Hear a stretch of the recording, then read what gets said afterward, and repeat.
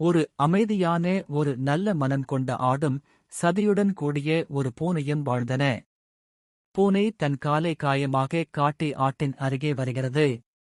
பூனை, அன்பான ஆடே, எனது காலில் காயம் ஏற்பட்டது.